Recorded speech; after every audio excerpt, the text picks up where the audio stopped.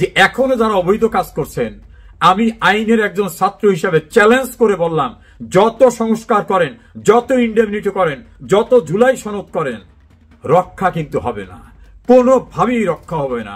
অবৈধ কাজ করা, রাষ্ট্রদ্রোহিতার কাজ করার দায়ে অবশ্যই আপনাদের আইনের মুখোমুখি হতে হবে, সেদিন খুব দূরে নয়।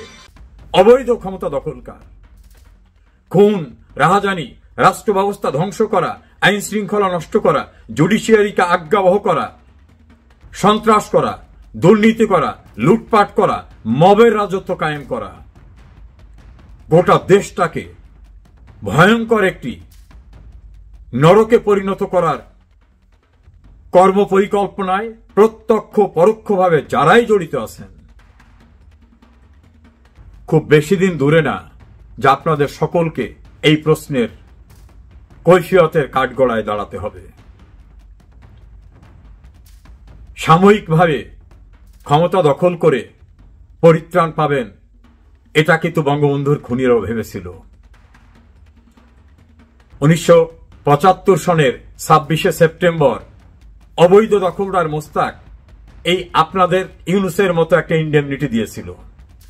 আর 1979 সালে আর এক অবৈধ দখলকার জিয়াউর রহমান তার পার্লামেন্টের 9 এপ্রিল সেটাকে আইনে রূপান্তর করে সংবিধানের 5ম সংশোধনী নামক সংশোধনী এনে ক্ষমতার জোরে পাশ করিয়েছিলেন। পরিত্রাণ কিন্তু হয়নি। অবৈধ কোনো কিছুকে স্বীকৃতি দেওয়া, সহায়তা দেওয়া, সমর্থন দেওয়া, অনুসমর্থন দেওয়া, কোনো না কোনোভাবে পার্টিসিপেট করা, এটা কিন্তু রাষ্ট্রদ্রোহিতা। আজ হোক কাল হোক, রাষ্ট্রদ্রোহিতার অভিযোগে আপনাদের কাঠগড়ায় দাঁড়াতেই হবে। কিসের সংস্কার? কে করেছে সংস্কার কমিটি? এই সংস্কার কমিটি করার অথরিটি কে দিয়েছে তাকে? ডক্টর ইউনূসের ভিত্তিটা কি? তিনিই তো অবৈধ। অবৈধ ব্যক্তি যেটা করবে সেটাই অবৈধ। আত্মপ্রমাদ গোনার কোনো দরকার নাই। সংবিধান ছুড়ে দেওয়া, সংবিধান সংস্কার করা, আপনি কে হে বাপু? কোথায় আপনার লিগ্যাল অথরিটি? কোথায় আপনার আইনগত ভিত্তি? বাংলাদেশের সংবিধানে কোথাও আছে এই জাতীয়ভাবে ক্ষমতা দখল করা, কোনো কাজ করা? প্রধানমন্ত্রী শেখ হাসিনা বলেছিলেন, আমি যদি কোনো একটা দেশকে, আমার দেশের একটি অংশকে ব্যবহার করতে দেই, আমার দেশে নির্বিচারে তাদের ঢুকতে দেই, আমি যদি তাদেরকে আমার বন্দর ব্যবহার করতে দেই, বেস করতে দেই, তাহলে ক্ষমতায় থাকতে আমার কোনো সমস্যা হবে না। আমি বঙ্গবন্ধুর কন্যা, আমি সেটা করব না, তাতে ক্ষমতা চলে গেলেও না। এবং তিনি একথাও বলছিলেন, বড় একটি দেশ আছে, তারা চাইলে যে কোনো কাউকে ক্ষমতাচ্যুত করতে পারে, ক্ষমতায় বসাতে পারে।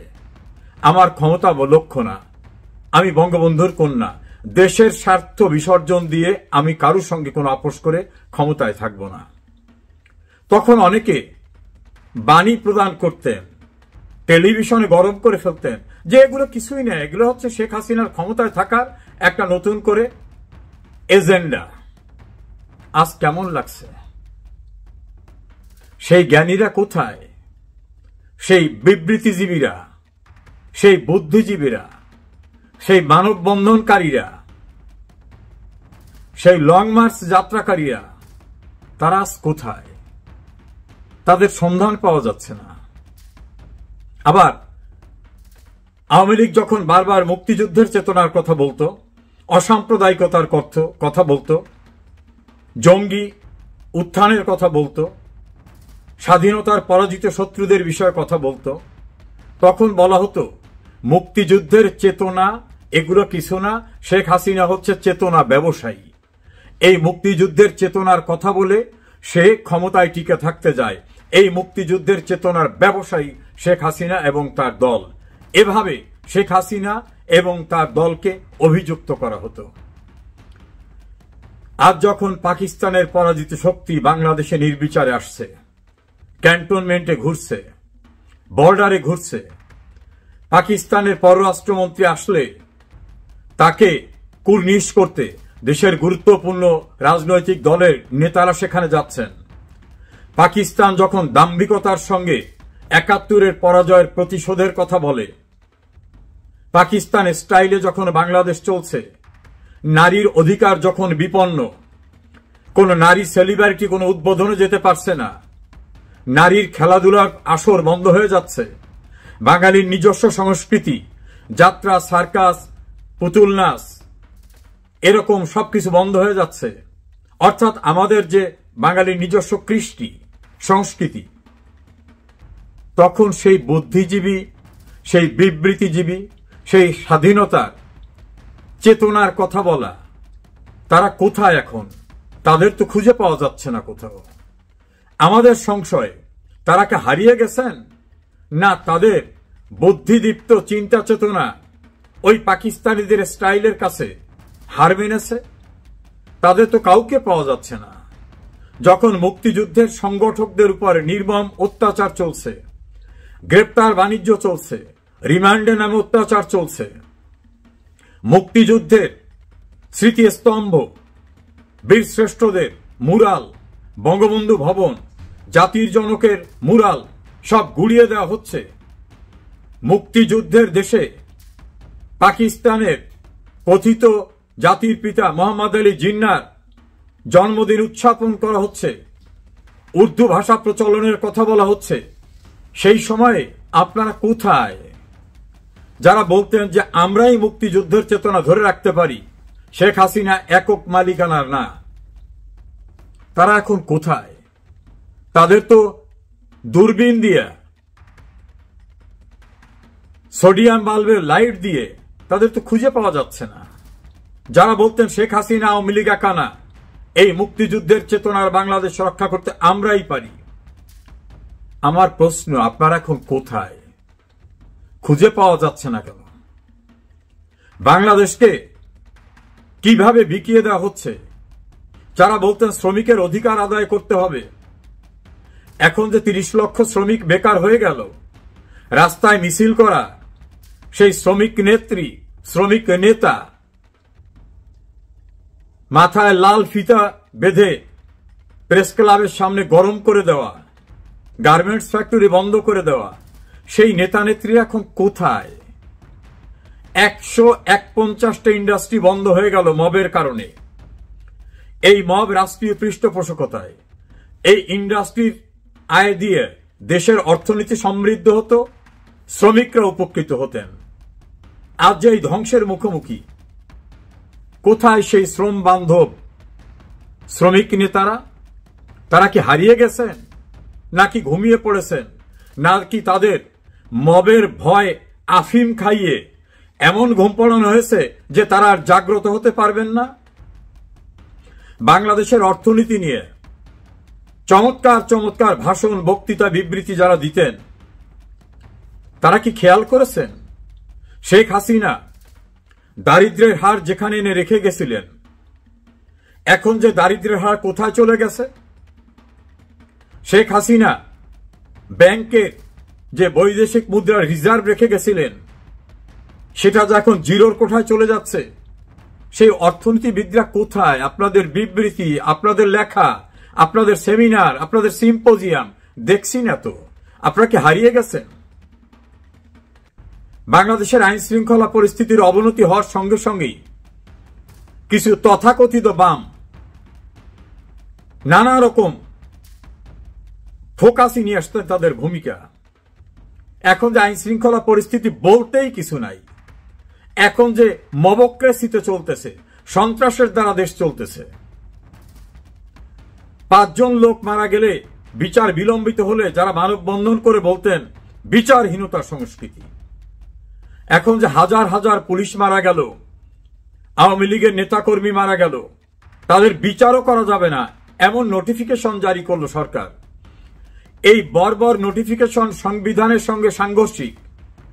সেই বুদ্ধিজীবীরা, সেই সংবিধান বিশেষজ্ঞরা, আপনারা কোথায়? কাউকে খুঁজে পাওয়া যাচ্ছে না কেন? বিচার বিভাগের পান থেকে চুন খসলেই যারা বিবৃতি দিতেন, এখন যে প্রধান বিচারপতি সহ অন্যান্য বিচারপতিকে শারীরিক নির্যাতনের ভয় দেখিয়ে কোর্ট ছাড়তে বাধ্য করা হয়, আইন বহির্ভূতভাবে অধস্তন আদালতের বিচারকদের বাড়ি পাঠিয়ে দেওয়া হয়, উচ্চতর আদালতের প্রায় 20 জন বিচারককে কার্যত অকার্যকর করে কাউকে অপসারণ, কাউকে রিজাইন, কাউকে ডেকে এনে হুমকি দিয়ে তার পদত্যাগপত্র নেওয়া হচ্ছে। বিচার বিভাগের স্বাধীনতার নামে সেদিন যারা সোচ্চার ছিলেন, সেই সুশীলরা, সেই বিচার বিভাগের স্বাধীনতার আকাঙ্ক্ষাকারীরা, তারা এখন কোথায়? যারা বিদেশি অ্যাম্বাসেডরকে এনে নানাভাবে সেমিনার সিম্পোজিয়াম করতেন, তারা এখন কোথায়? জুডিশিয়ারি কিভাবে আজ্ঞাবহ হয়ে গেছে, কিভাবে কোর্টের ভিতরেও নির্দয়ভাবে গ্রেপ্তারকৃতদের নির্যাতন চালানো হচ্ছে, বিচারকদের কিভাবে আজ্ঞাবহ করে ফেলা হচ্ছে, আইন শৃঙ্খলা রক্ষাকারী বাহিনী বলতে এখন অস্তিত্বহীন, রাস্তায় আর্মি বসিয়ে দেওয়া হচ্ছে, তার ভিতরে মবক্রাসি, লুটপাট, সন্ত্রাস চলছে। যারা সুশাসনের কথা বলতেন, সুশাসনের জন্য নাগরিক, সেই সুশাসনের জন্য নাগরিক আমার অত্যন্ত প্রিয় মানুষ বদিউল আলম মজুমদার, আপনি কোথায়? আপনার কোনো বিবৃতি দেখছি না কেন? ঘুমিয়ে পড়েছেন? যারা বাংলাদেশের পররাষ্ট্রনীতি নিয়ে নানাভাবে সিম্পোজিয়াম করতেন, তারা এখন কোথায়? কোন দেশের সঙ্গে বাংলাদেশ এখন সম্পৃক্ত আছে? যারা বলতেন দেশটা আইনসঙ্গত উপায়ে চলতে হবে, এখন যে টোটালি বেআইনিভাবে চলছে, তাদের কোন সারা শব্দ পাচ্ছি না।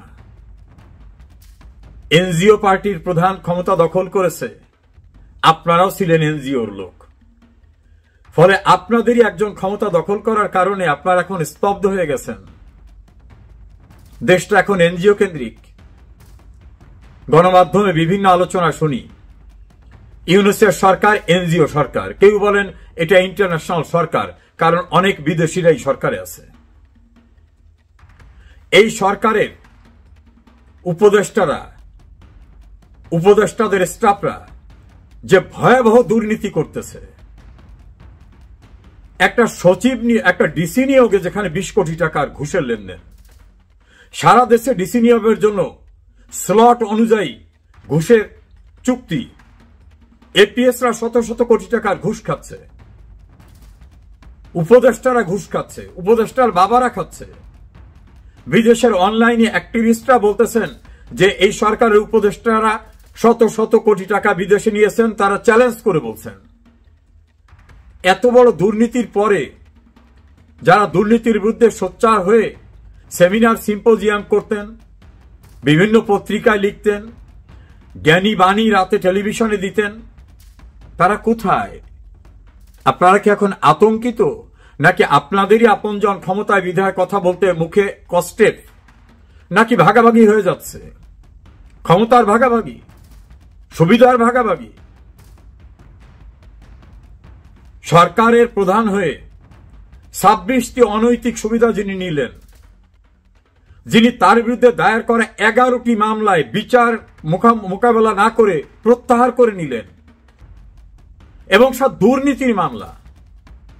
এত বড় দুর্নীতিবাজ বিচারের মুখোমুখি না হয়ে মামলা প্রত্যাহার করে নিল। কই আপনাদের কোন শব্দ টের পাচ্ছি না কেন? শেখ হাসিনার বিরুদ্ধে যে সোচ্চার কণ্ঠ আপনারা ছিলেন, শেখ হাসিনা দুর্নীতি দমন কমিশনের দায়ের করা একটি মামলাও প্রত্যাহার করে নেননি। তিনি আইনি মোকাবেলা করে, লড়াই করে সেখান থেকে তিনি মুক্ত হয়েছেন। ডক্টর ইউনূস রাষ্ট্রের যে কোটি কোটি টাকা ট্যাক্স ফাঁকি দিলেন, নিজের ক্ষমতা নিজে এক্সারসাইজ করলেন। এ বিষয়ে জ্ঞানীরা কোথায়? বাংলাদেশের সুশীলরা কোথায়? বুদ্ধিজীবীরা কোথায়? বিবৃতিজীবীরা কোথায়? বিবেক কোথায়? সুশাসনের জন্য নাগরিকরা কোথায়? নাকি আপনারা এবং আপনাদের স্বজনরা মিলেই এই অবৈধ সরকার, সে কারণে ভাসুরের নাম মুখে নেওয়া যাবে না? বিবৃতিজীবী, বুদ্ধিজীবী, সুশীলরা মনে রাখবেন, এই দিন চিরদিন যাবে না। বিবৃতিজীবীদের, এই সুশীলদের মানববন্ধনকারীদের এবং মুক্তিযুদ্ধের চেতনাকে নিয়ে বিদ্রুপকারীদের একদিন প্রশ্নের মুখোমুখি হতেই হবে। সেদিন খুব দূরে না। একথা ভাববেন না যে অনন্তকালই আপনারা এই এনজিও সরকার অথবা মুক্তিযুদ্ধ বা মুক্তিযুদ্ধের চেতনার বিরুদ্ধে সরকার নিয়ে অনন্তকাল চলতে পারবেন। এটা হয় না। অনেক চেষ্টা হয়েছে, হয় না। প্রত্যক্ষ পরোক্ষভাবে যারা অবৈধ দখলদারের পার্টনার হয়েছেন, সহায়তা করছেন, স্বীকৃতি দিচ্ছেন, তারা কিন্তু বাংলাদেশের সংবিধানের ৭-এর ২ অনুচ্ছেদ, ৭-এর এ অনুচ্ছেদের পরিপন্থী কাজ করছেন। অবৈধ কোনো কিছুকে স্বীকৃতি দেওয়া, সহায়তা দেওয়া, সমর্থন দেওয়া, অনুসমর্থন দেওয়া, কোনো না কোনোভাবে পার্টিসিপেট করা, এটা কিন্তু রাষ্ট্রদ্রোহিতা। আজ হোক কাল হোক রাষ্ট্রদ্রোহিতার অভিযোগে আপনাদের কাঠগড়ায় দাঁড়াতেই হবে। কিসের সংস্কার? কে করেছে সংস্কার কমিটি? এই সংস্কার কমিটি করার অথরিটি কে দিয়েছে তাকে? ডক্টর ইউনূসের ভিত্তিটা কি? তিনিই তো অবৈধ। অবৈধ ব্যক্তি যেটা করবে সেটাই অবৈধ। আত্মপ্রমাদ গোনার কোনো দরকার নাই। সংবিধান ছুড়ে দেওয়া, সংবিধান সংস্কার করা, আপনি কে হে বাপু? কোথায় আপনার লিগ্যাল অথরিটি? কোথায় আপনার আইনগত ভিত্তি? বাংলাদেশের সংবিধানে কোথাও আছে এই জাতীয়ভাবে ক্ষমতা দখল করা, কোনো কাজ করা? অবৈধ ক্ষমতা দখলকার, খুন, রাহাজানি, রাষ্ট্র ব্যবস্থা ধ্বংস করা, আইন শৃঙ্খলা নষ্ট করা, জুডিশিয়ারিকে আজ্ঞাবহ করা, সন্ত্রাস করা, দুর্নীতি করা, লুটপাট করা, মবের রাজত্ব কায়েম করা, গোটা দেশটাকে ভয়ঙ্কর একটি নরকে পরিণত করার কর্মপরিকল্পনায় প্রত্যক্ষ পরোক্ষভাবে যারাই জড়িত আছেন, খুব বেশি দিন দূরে না যা আপনাদের সকলকে এই প্রশ্নের কৈফিয়তের কাঠগড়ায় দাঁড়াতে হবে। সাময়িকভাবে ক্ষমতা দখল করে পরিত্রাণ পাবেন, এটা কিন্তু বঙ্গবন্ধুর খুনিরাও ভেবেছিল। 1975 সনের 26শে সেপ্টেম্বর অবৈধ দখলদার মোস্তাক এই আপনাদের ইউনূসের মতো একটা ইন্ডেমনিটি দিয়েছিল।